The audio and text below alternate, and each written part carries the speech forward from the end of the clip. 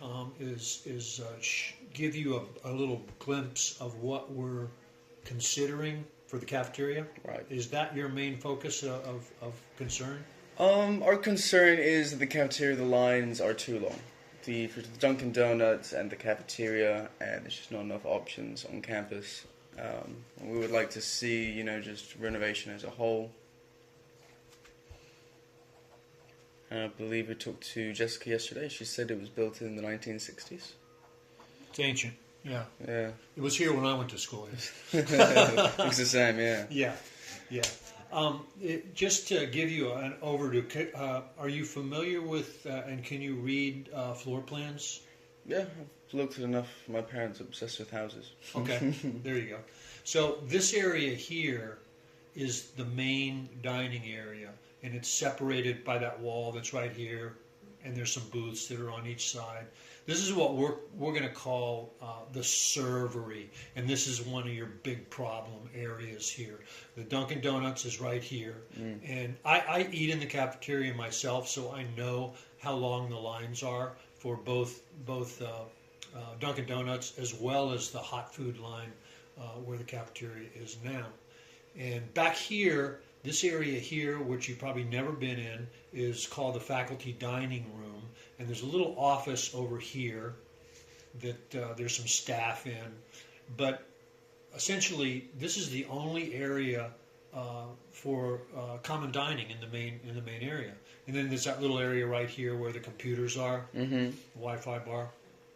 So this space over here are two conference rooms that have a wall we call it a demountable partition. You can actually open it up. It opens up into one big room. This seems like an obvious area to expand food service into. Mm-hmm.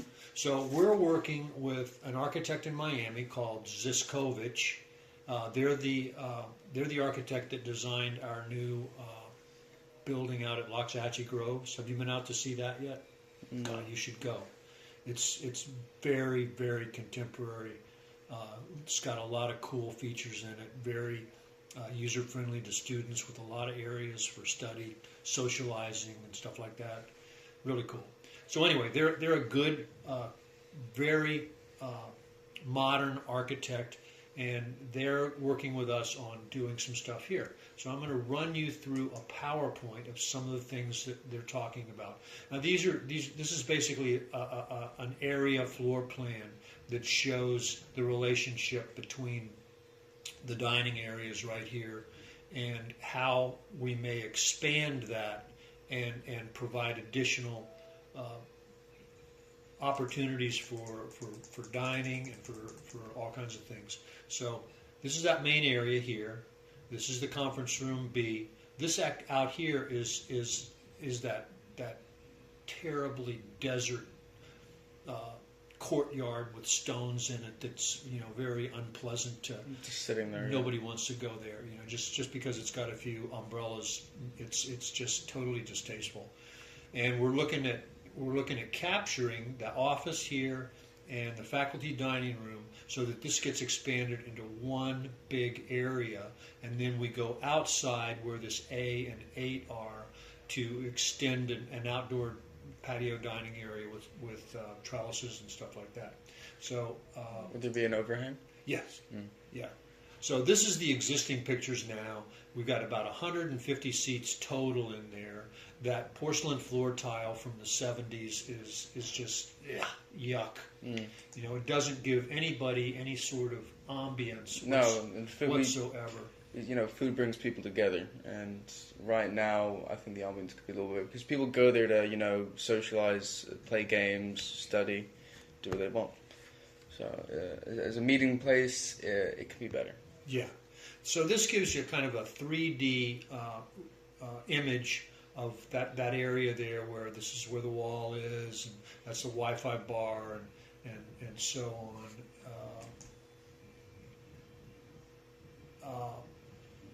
Ziskovich is actually doing the food service court at UCF, and these are just some images of opportunities to show Provost Wibby She loved this, and we love that look too. To get a porcelain stone tile that looks like wood, very durable, so that it'll just change the whole configuration. Now these spaces are 2-story spaces, but just bear in mind that there's different types of seating opportunities that could be incorporated to make this a lot more pleasant area. You know, you have these communal dining tables here like this. You got some bar seating. You got cool booths. So these are just some of the images that the architect is doing. Outside dining, where it's a lot more pleasant. These are cool. These little kiosk type things where you have some privacy, but at the same time it's kind of a unique little feature. Very cute. Yeah, very nice. So, just some images to show the provost, whether it's a trellis that we have over there or some fabric covered shading or some actually hard construction.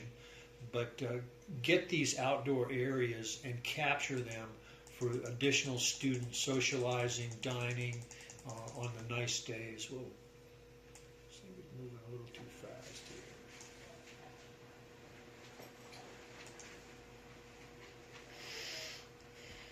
Live edge tables where you have nice big slab of wood, lighting, trellises, textures. Beautiful. So the architect this is a conceptual plan. It's turned sideways, Tom. So right now the main entrance to the cafeteria is like right here. So this is like a genius bar where it would be a pull-up area. You could serve food. This is a common table here. We're going to open the north side of the cafeteria right at this location with a pair of doors that open onto a new patio that's adjacent to the breezeway. You know, the breezeway that runs along by registration. Yes. We're going to take the walls down. We have to keep a column here and a column here, which supports the roof, but we'll still open this area up, provide some new booth seating, tables, common tables. This is the south side, and we'll open up the south side by that big registration canopy that's out here across from the Student Activity Center, and create a trellis, outdoor dining, landscaping, and things like that. So to give more opportunities for dining. This is like a 3D view of it. This is that genius bar. We'll a set of doors here and a set of doors here. Get rid of that little alcove double door thing that comes into the building. So it gives you a lot more opportunities for seating and dining. This is just a conceptual view, but just to give you a little feel for it.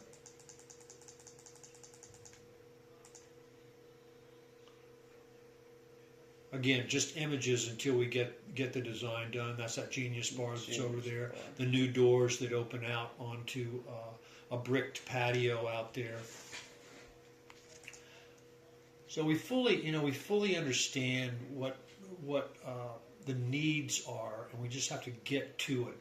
Now, in this scheme here, we're showing a new coffee bar. So, whether it's an extension of Dunkin' Donuts or whether it's a different vendor, it would give someone the opportunity to come in and avoid this food service area that's over here.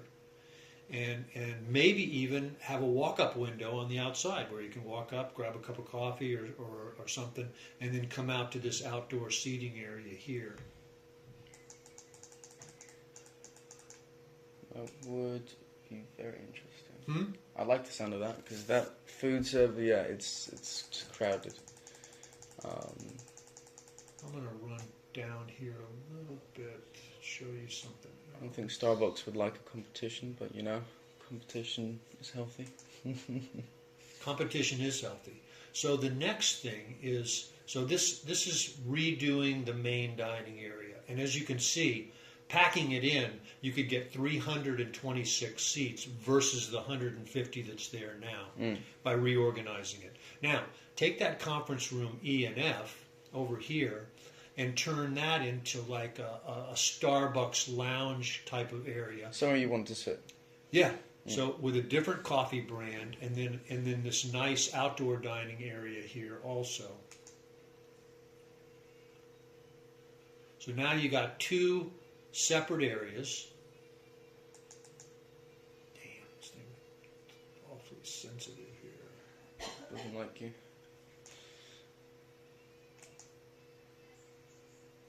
So this is that entry canopy there, you know, the big entry canopy where registration is. Mm-hmm. So you can see how this outdoor dining would create a whole new character for that south side of the building there, and give you opportunities for a lot of different.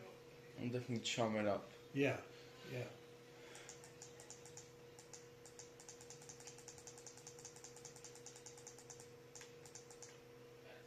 Get to.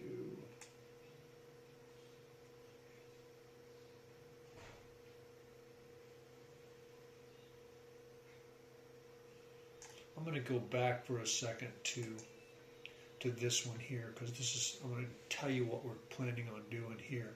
So if we take this area and create a new or relocated brand, we will break through this wall right here Break it down.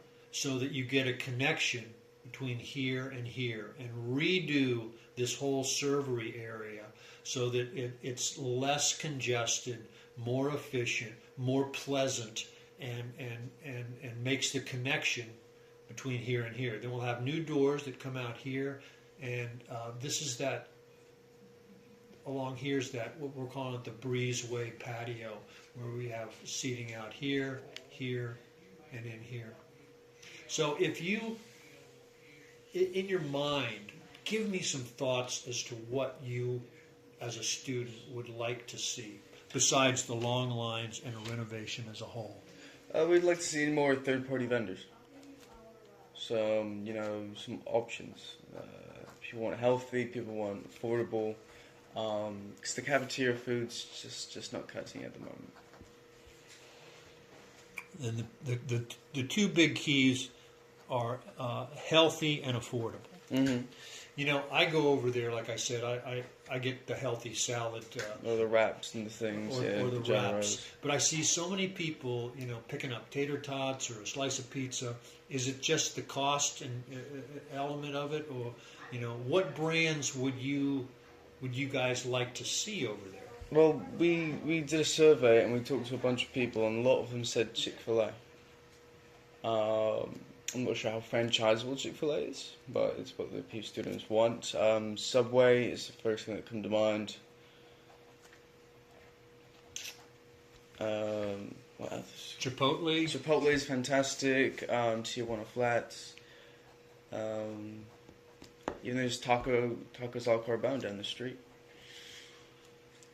Yeah, Tacos Al Carbone. And then they make a killing down there. They do, and they just opened a new store in Lake Worth, on the north end of Lake Worth on Dixie. There, I've stopped there a couple of times. Oh, very yeah, cool. It's just about 20 something up there. I don't know where you live, but yeah, we had at one time, the college had a Subway that was a sub-franchisee of the cafeteria there, and I don't know if Jessica told you, but we're working with a food service consultant called the Duval Group, and they're assisting Jessica Bender, who is auxiliary services, in creating a new umbrella corporation to handle all of Palm Beach State's cafeteria needs. Take over for the one that's expiring in 2019. Yeah, March of 2019. So we're going to have to start advertising, probably in the fall of this year, for new vendors. For a new place. And are you aware of the president's initiative to try and get a new student services center? Okay. First I've heard of it. The president wants to clean up student services, consolidate everything into a single big building, put it right off the 6th Avenue entry, where that parking lot is now. I know, lose more parking. That's another issue. But it would be a one-stop shop. So you go there for registration, counseling, admissions, financial aid, potentially student activities, bookstore, and cafeteria. It's a big job. It's a big one.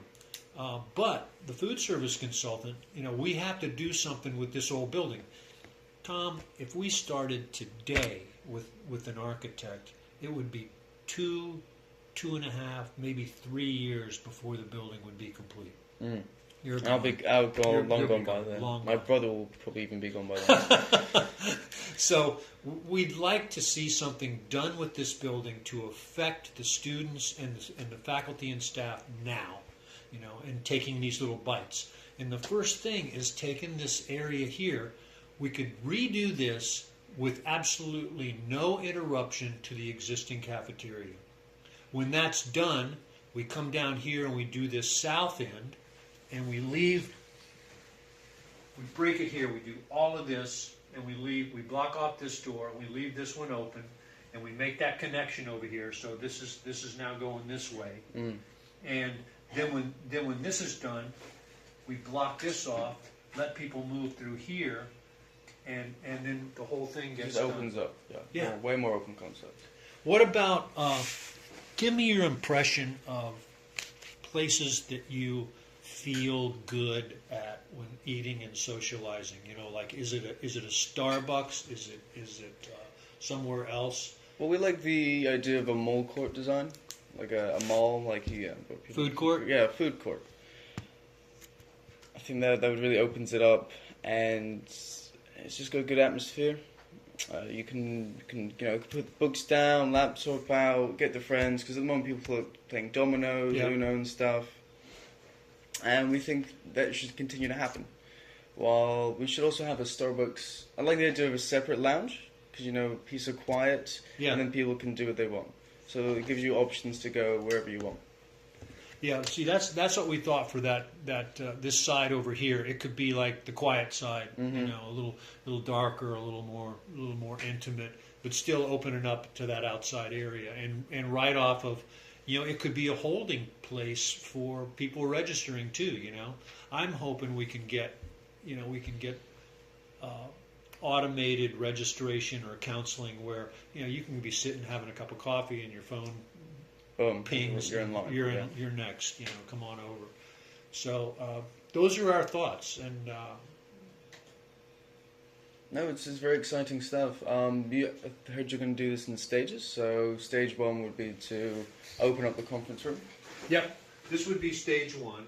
We would have a new entry right off of here, rather than going in this back way back in here. Mm-hmm. We would keep the restrooms, keep the mechanical room, because that takes care of some of the AC. The AC for here is independent, and it's on the roof.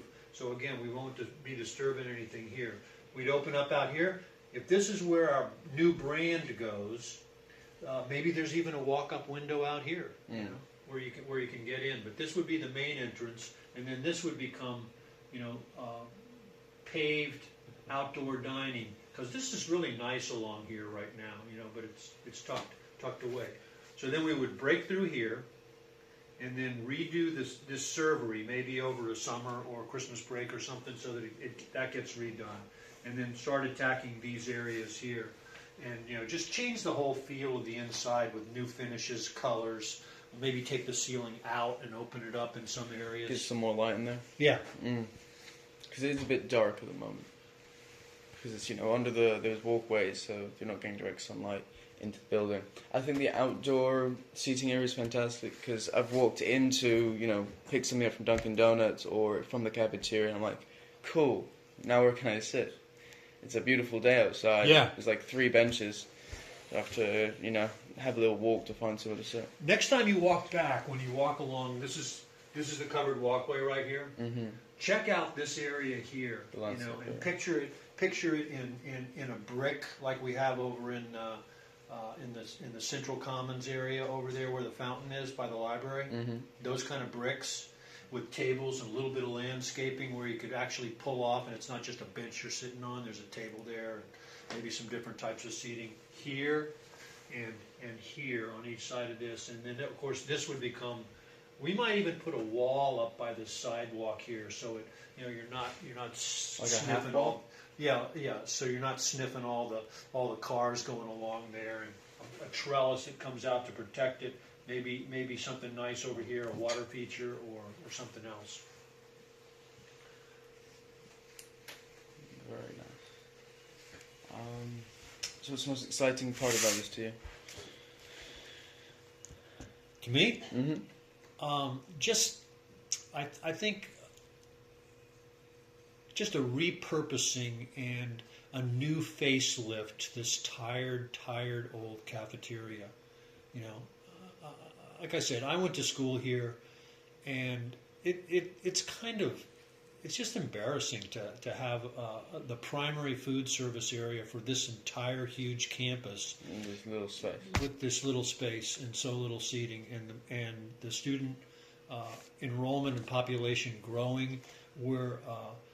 We're a great college and a great opportunity for people, and we just need to show them. We need to show a little love here with this. Yeah, for the with this students area. and for the faculty. Oh yeah. Yeah, 'cause Yeah. I feel like this would be a major incentive to both of them. Now, could I share some of this stuff with you? Would you like to have a copy of the I would of absolutely the love to have the PowerPoint? PowerPoint. I wrote down your email wrong yesterday. Oh, that's why I didn't get it. Yeah. So it's patching. PATCHING Okay. TA. TA. That's what I missed. At mypalmbeachstate.edu. Edu, yes. Okay. All right. I'll send this to you, and you'll have an idea. And love to have your support on it.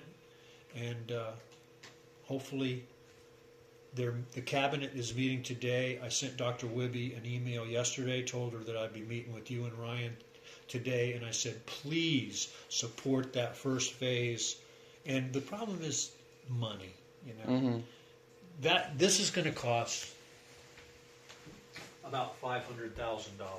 Okay. Where else would they want the money to go if not to the cafeteria?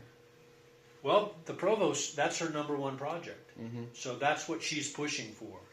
Some people say, you got a 60-year-old building here, 50-year-old building.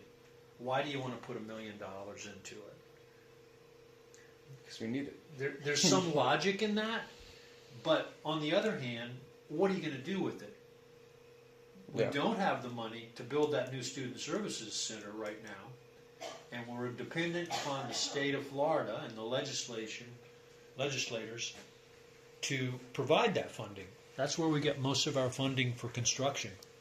Now, the student cap fees that you pay as part of your tuition, that's bundled up right now and waiting for that to spend on that new student services center.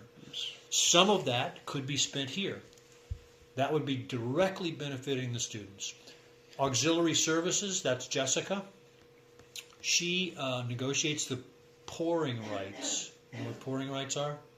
Pouring rights are when you ask big vendors